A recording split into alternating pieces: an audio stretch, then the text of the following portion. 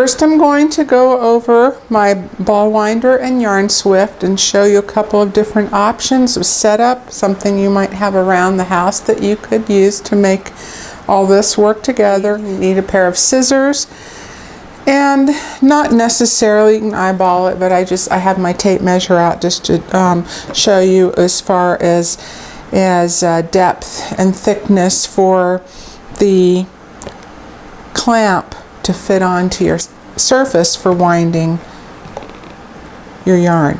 Now I have the Lacis, L-A-C-I-S yarn ball winder. This is yarn ball winder number 2, Roman numeral 2.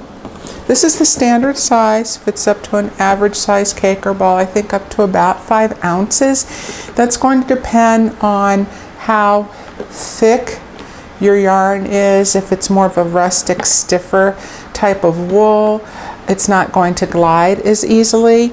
I did mine, but it didn't work as well as some other yarns. This does make a larger model for doing even bigger cakes. I got mine from Joann.com. I used a coupon, got a fantastic price on it. And then a month or so later, I decided to go ahead and get the yarn swift, make my life a lot easier. And my yarn swift is by Chia Goo. It's an Amish style yarn swift. I also purchased this on Joann.com. I will show you those and just go over a little bit of that as well. Now you will need a flat surface to place it on. This is, you can see that, this is a kitchen island, and I'm protecting the surface. You can use a towel, just something to lay it down that's going to help your yarn swift grip to the surface. This is another option if you don't have a table surface that's going to accommodate the thickness of the clamp. I brought this out to show you, and I'll show you why, but this was part of a 2-tiered Lazy Susan, and the bottom got wet, and the spindle part of the base warped, so I took that apart, and now I just have a solid wood base. And you could use a cutting board if you have one, and I'll go over that as well. But first, let's get started on the ball winder itself. And come 2 parts here. Comes with just basic instructions, and it goes over which piece is what. This is your spindle. Here's your gearbox. You've got the yarn guide, of course your knob, your handle or crank, and then the clamp on the bottom. And this is the biggest thing that you have to factor in when you are attaching it. So your surface that you're attaching it to needs to have the depth going inward enough to fit, there you can see it against my black top, fit the length of the base of the clamp or the depth, and it cannot be any thicker than from the height of it from top to bottom. First, take your yarn guide, and because that's not engaged all the way, just to keep it from flopping around, I would just go ahead and you pull it out. And did you hear that? It locks into place. Do that again so you can hear it. Now this is a what do they call them, a TV tray. You don't have a table that will fit the clamp, or you don't want to risk marring your surface that you're clamping the yarn winder to. Secondhand stores, I've seen these a lot. They have these all the time in this and in this exact same. They were really popular about 20 years ago, and I've had mine, I'm sure, at least that long. I have a set of 4. They're good for just little handy movable side tables. And as far as the depth, I don't know if all yarn ball winders are average, the same. It's an inch each way. And make sure your knob is loosened all the way. Slide it in.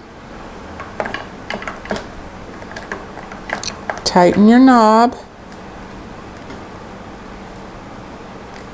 You want to make sure it's secure, but don't over tighten, because anytime you over tighten something that has a screw in it, you run the risk of stripping those threads on the screw, and then it's not going to tighten anymore after that.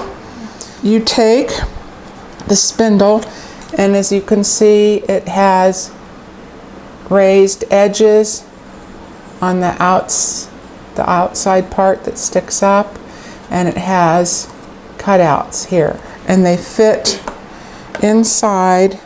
I'll take this back off, okay, or can you see that?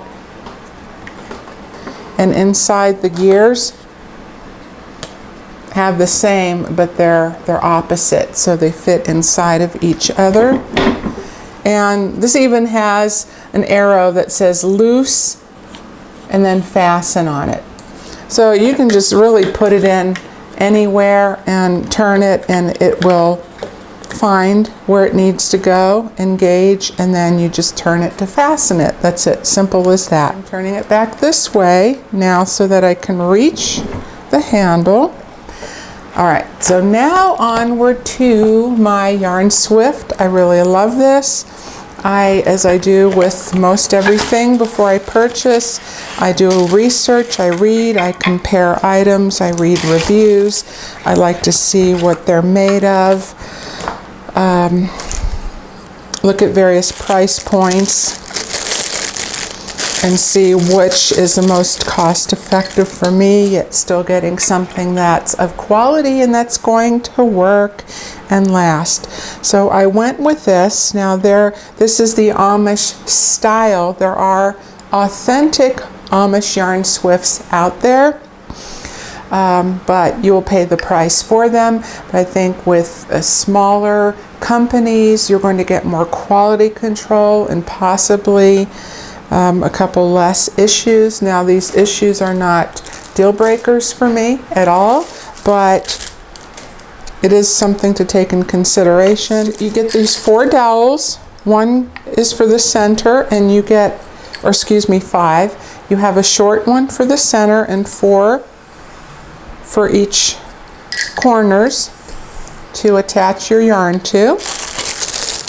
A little cellophane packet it all fits in, and I love how it packs down.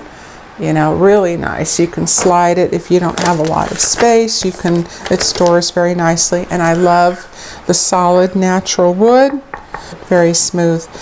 So this yarn winder, or Yarn Swift, excuse me, item number 1098, Chiaogoo, Chiaogoo, and this will hold up to a 60-inch diameter hank, and it's really basic. So all you do is first connect your base, and you will see you have 2 pieces to the base, one cut out with a round hole, the other portion raised with a round hole. So the raised part with the round hole goes on top. That fits into the cutout portion. They fit together like so. The short dowel goes in the center. Oops. Okay, there we go. Now you have 2 long sticks rounded at the edge, and again, similar configuration. This surface, rather than raised, the top is flush and the hole is on top, and then you have one where it's cut out and the hole is recessed in the center. The one that goes on top, again, is the flat the flush surface, and it has measurements engraved into the wood. It's standard and metric, so you have inches and centimeters. And the measurements go from 33 inches or 85 centimeters up to 62 inches, 155 centimeters. The measurements go on top of the other one, and the center holes match, and they just simply slide on top of that center dowel. Whee! All right, so now you take your dowels, and I usually just kind of eyeball it. First I just put them in the very last one on the end, the very last hole, because it's pretty standard. Sometimes I will go in one hole, and occasionally I go in between. I will put two on one of the bars on the last one, and on the opposite bars I will go in one, and that works also. Now, okay, back to the quality control. Some of these dowels, like this one's kind of loose, and I can try in a different hole. Sometimes a different hole might fit a little better. If it's too loose, you could always put a little piece of tape. I recommend a painter's tape, the blue tape, because it is removable and it's not going to leave a real sticky residue. If you need to make that just a little bit tighter, I don't know, when you were a kid, if you wore rings and they were too big, we wrap tape around the back, so it's the same kind of principle. Now, if you get one where the dowels are too tight, you can take a little, just super fine grit sandpaper and just lightly sand that down. I go just millimeter, at a time or less, just see, because you can always do more and take away more, but you can't put it back. You can always take a little bit of wax. I recommend, just from a candle, I recommend soy wax, because it's natural. It's not gonna ball up and leave a bad residue. And the nice thing about soy is, even if you take a little piece off the candle and scrape it with your fingernail, once you warm that up with the heat of your fingers, it will emulsify and turn to a liquid, and you can just put that just a little bit on the edge of it, and then work that into the dowel. And you see now, these I haven't worked yet, I haven't used, so this is pretty tight, and they are initially. And by just rolling the dowel around back and forth, you're creating friction, and you're sanding wood against the wood anyway. So you can just start by going back and forth and working it in if you want to. And also, wood and natural, it's a porous surface. It might change, either the holes become looser or tighter depending on your weather. If there's a lot of humidity, it's going to absorb some of the moisture in the air, and it will swell a little bit and make it tighter. And the opposite, if the air is very, very dry, then the holes are going to be a little bigger, or it's kind of like a wooden door. If you notice, sometimes if there's a lot of moisture, it rains, it might stick a little bit. All right, so that's enough about the Yarn Swift, except that I love it. I love the natural wood. It's smooth.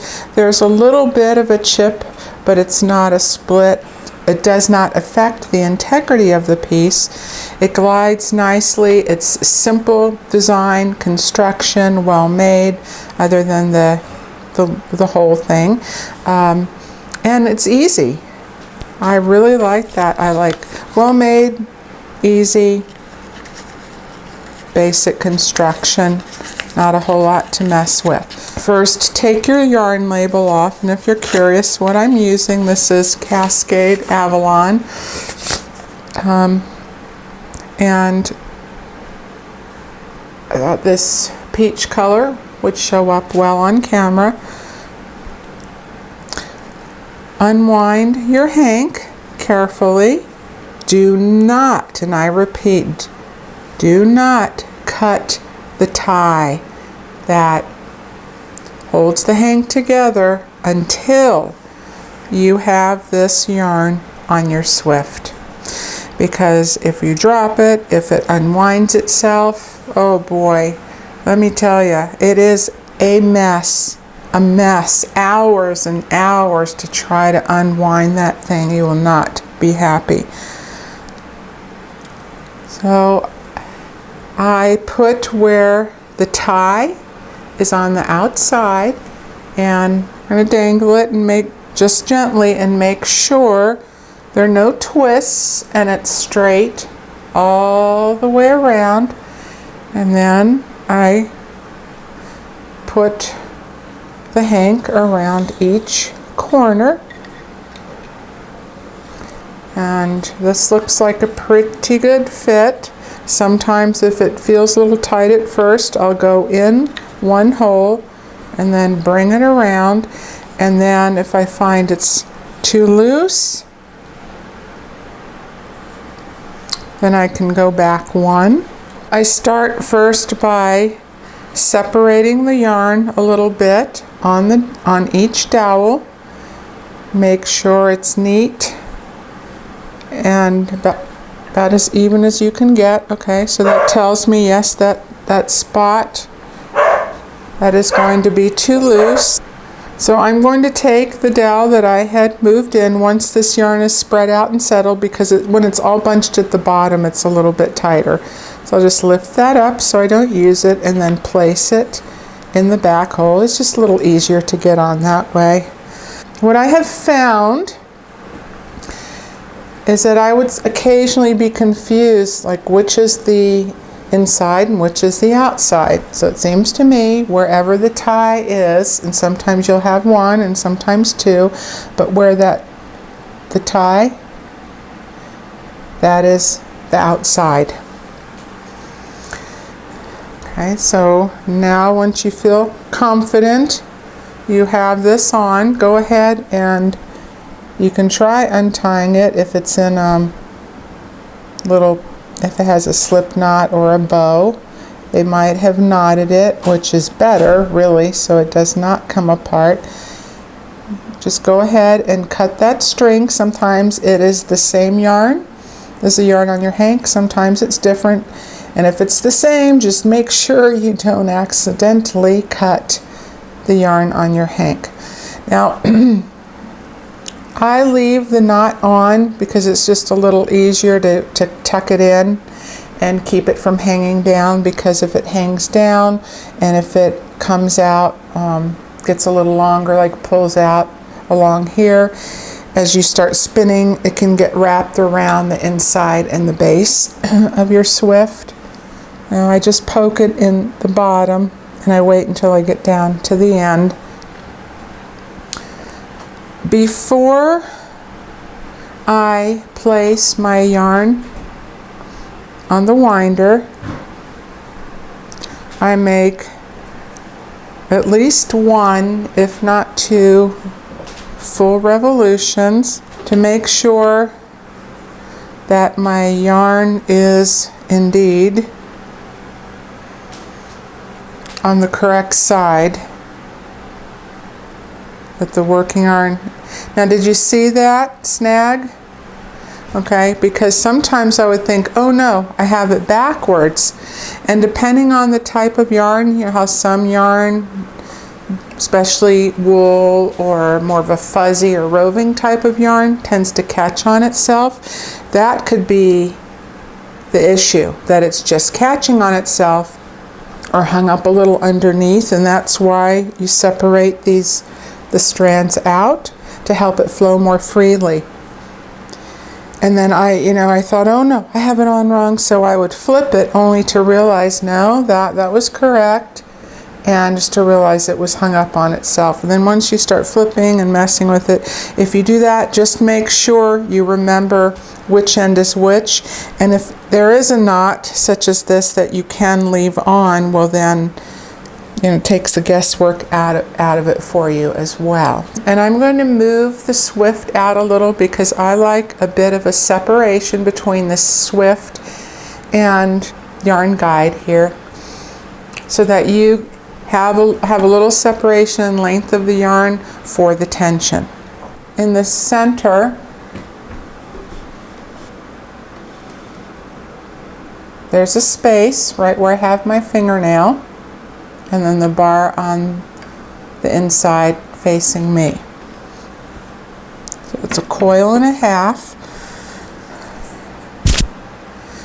You take your tail end on the outside away from your Swift, and your working yarn, of course, is going to follow and connect to your yarn.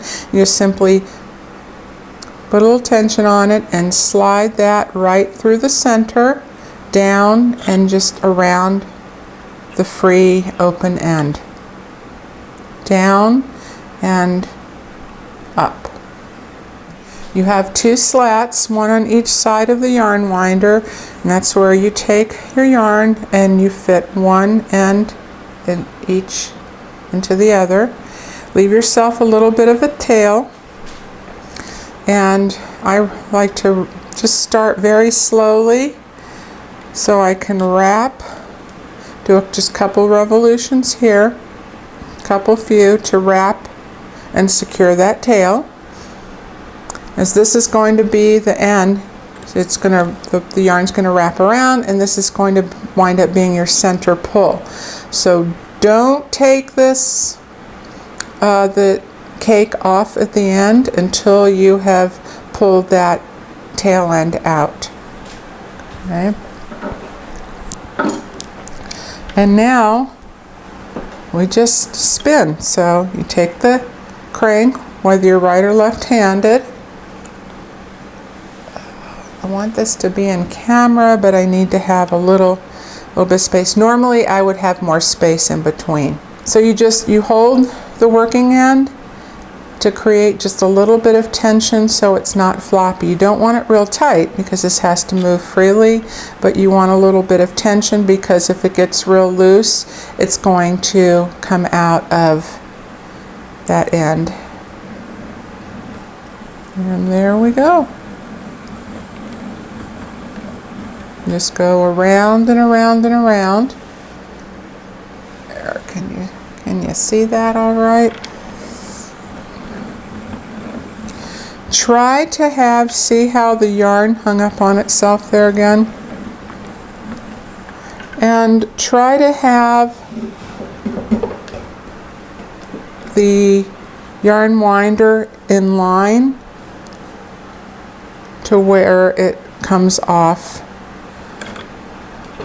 your Swift. Okay.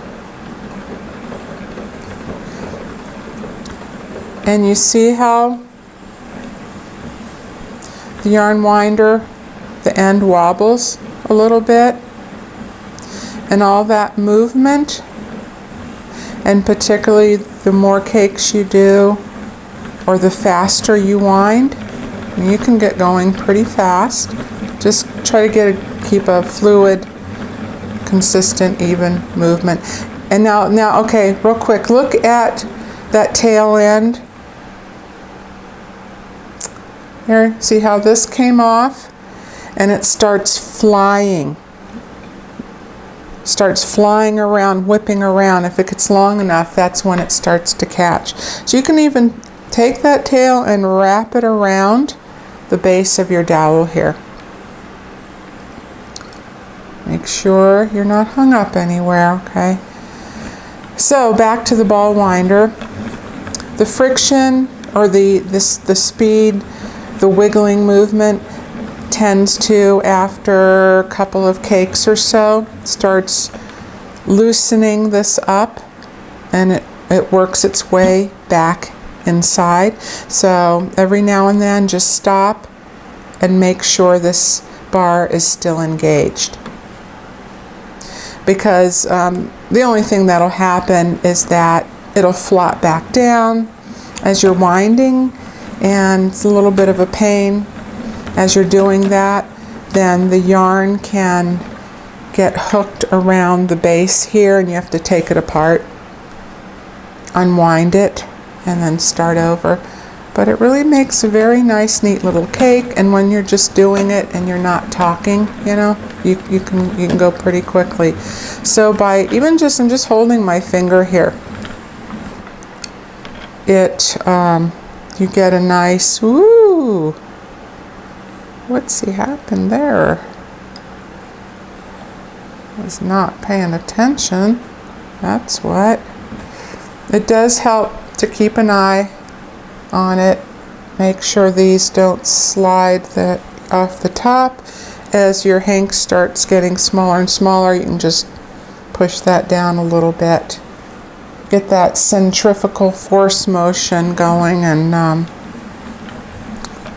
you don't want the people at the top of the ride to come flying off.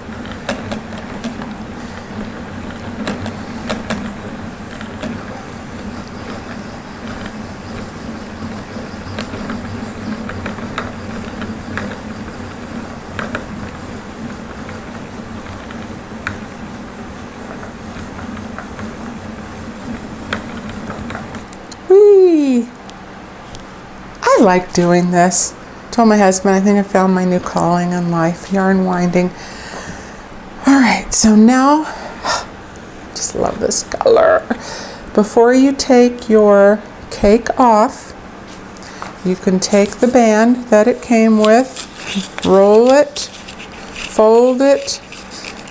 If you want to tuck it on the inside, so you can either do that, or after you pull it off, you can rubber band it around, or show you one more option. But first, just give a little tug on one side and then the other until you'll find what your end is very quickly. So that's your tail end, and this is your center pull. And take that off. And I just lift a little from the base, and I keep my fingers all the way into the base as I lift up, kind of like this, you know, and going upwards, and that will keep the center part intact. And as I get part way and I have a little bit of space on the inside, that's when I can tuck in my band. And you see you still have the hole, but if you just give it a little gentle little hug there, the center pull closes. And I will take this end, wrap it around itself to secure, and this is where you could take the band and you could also just lay it across here if you wanted to.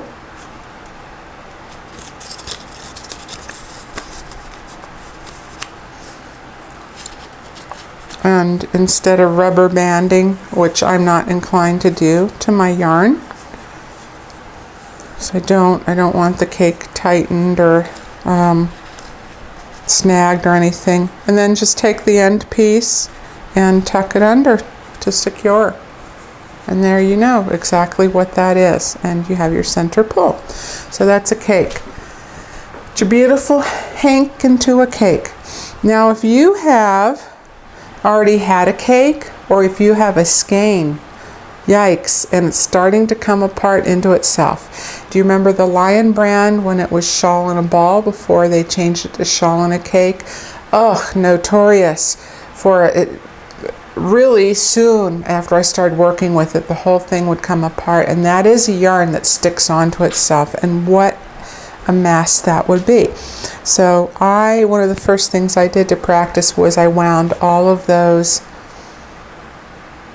balls into a cake, and even though it took me an evening to do all those, it was worth it. So you can simply, you don't need the Swift for that.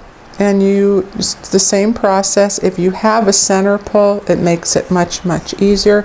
If not, you will have to unwind as you go. But before that becomes a tangled mess, I'm going to do the same thing. Slide the yarn in between those two coils and just bring it around counterclockwise. So underneath left to right, bring it through one end of the yarn through each end of the slat. Give a couple revolutions to secure my tail. Put the yarn back through the guide if you need to, and then just start winding. And this little table tends to wobble, but it has a stabilizing bar on the bottom, and I just I put my foot on it is all. You can go pretty quickly, but I'd be careful not to go too fast, because sometimes you might find a knot or where it gets hung up on itself. But you see how far away I had this? Okay, it just works a lot better with, I'd say, a good foot or more. But you'll just have to get a feel for it. Now, I'm not pulling on this in any way. I am just holding it between my fingers.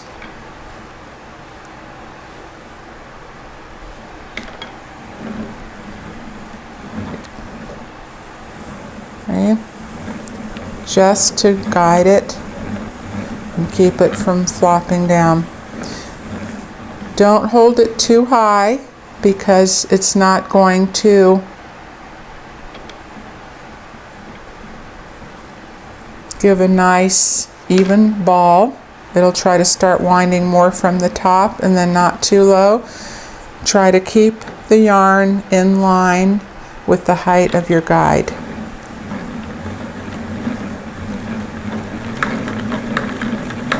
I mean, you can really, if you want to, you can get cranking pretty fast, and in just a couple minutes you have a beautiful ball. See, there's a knot. And because I was going fast, it's a perfect example. Sometimes the knot will fit through, other times it won't. So I just simply took it off and put it back on that easily, and keep going. But if you just go, this is still a good speed. And if you just go a little slower like this, you have a little more control and can catch an issue. Okay, where the yarn, there's not a knot, but it's knotted into itself before it starts to go through and kind of jam things up a little bit. There's another one. It's probably from the state that it's in right now. And when I get to the end, I definitely just go a little bit slower. So you might have to feed that a little bit, little at a time, by hand. Oh, that was so not fun. 20 minutes and one cut later. That was a mess, but it would have been worse had I not done this. And if you want to see how my idea of using a cutting board, in my case this part of a Lazy Susan, I'm going to test that out and just give it a try and see how well that works. So I'm going to grab another hank of yarn and I'll be right back. I wanted to come up with something that you could do yourself if you don't have one of these little side tables or something to attach your clamp to. That's why I came up with this.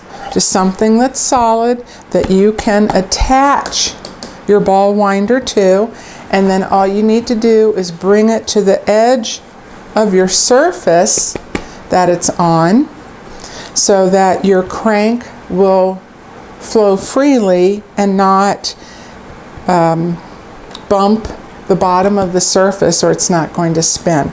Now we're going to see how that works, because with the clamp underneath, it's going to raise this surface ever so slightly. So you may need to weight the other end because the weight of the ball winder itself, the force of your hand, all the movement that's happening from the yarn swift to the winder may cause the end to come up and not be secured. All right, so again, you want to attach your clamp securely onto the base and make sure it's on the edge enough so your crank spins freely.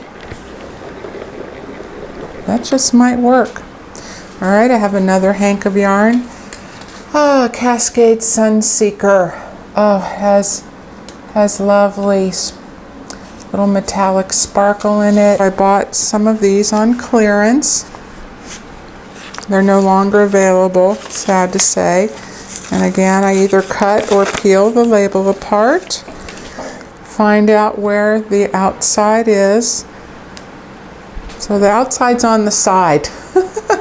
All right, so this will be interesting. I'm going to hope that this is the outside. I'm going to go up one on each side, like I had mentioned. I occasionally do, at least to get it on. Right now it's loose. So I'm going to slide this up a little so it doesn't slide off the bottom. And if you feel that seems pretty good, you can try it, but once you start winding, if it's still too loose, just adjust your dowel one way or the other. I'm going to move this back. You don't want it too tight, you don't want it to stretch out your yarn, but if it's too loose and floppy, it's not going to spin and wind right. All right, so this is pretty well even. Let's hope that this is the outside. I really don't know. That is such a good example. I'm just going to try to untie that. Okay, great. That is a little slip knot there. Yay. Okay.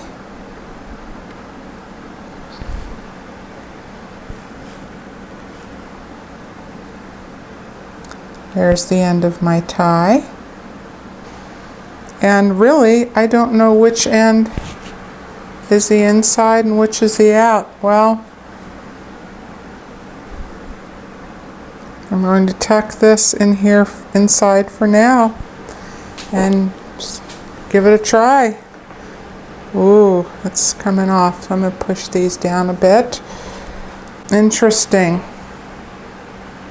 I just want to make sure. I suspected this is the inside.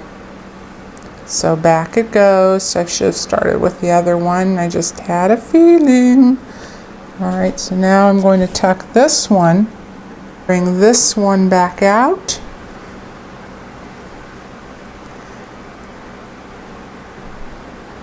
Do any of you happen to know how you tell if it's not really clearly visible or obvious? Okay, so I'm going to bring my board back, center that, bring my yarn through the middle of those two coils and through the bottom. Put my yarn through the slats and give it a few spins to secure my tail.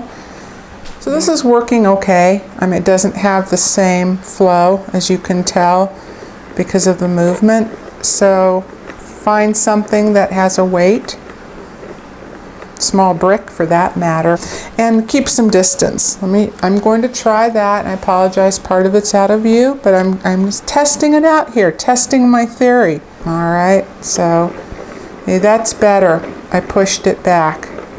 Okay. That's incredibly awkward, but there, okay. It's working. So, sort of. Finding a good angle where the yarn stays up inside the guide. It can be done if that's all you have to work with and you want to get to it. I do think it's better if you have something to brace this with, to weight it down, to keep this flat. And here I am, I'm scouring my area. What do I have? What do I have?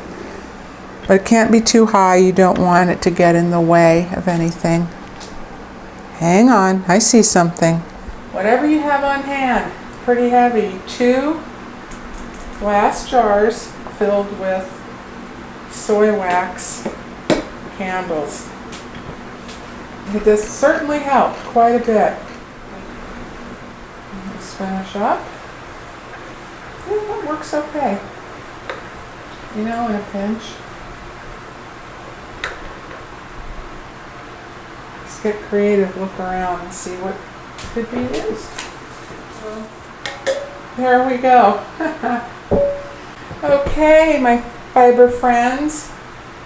I hope you found this helpful and informative. Take care, everybody, and I will see you again soon. Bye.